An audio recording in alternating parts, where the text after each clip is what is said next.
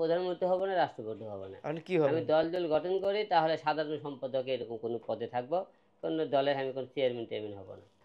এখন আমরা আমার দলের সব ধরনের লোক এখানে থাকবে, আর দলের নাম এবং কবে আমরা এটা প্রকাশ করবো সেটা এই মুহূর্তে জানাবো না।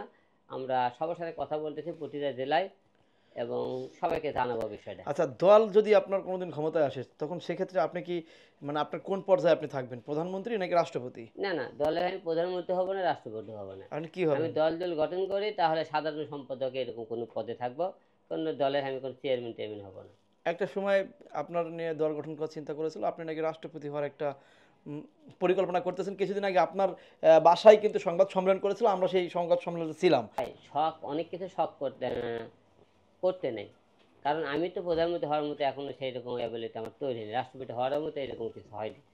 আমি এমপি হতে চাইছি, আমি এমপি মন্ত্রী হতে পারি, এমপি মন্ত্রী আর বাইরে আমার কিছু অল্প শখ নেই। এখন মানে ভবিষ্যতে যদি আপনি দল করেন বা যদি দল ক্ষমতায় যায় সেক্ষেত্রে আপনি হয়তো সাধারণ সম্পাদকের দায়িত্ব পালন করবেন। জি জি। আচ্ছা, আপনার দল যদি কখনো ক্ষমতায় যায় এই দেশের জন্য কি কি উন্নয়ন করবেন?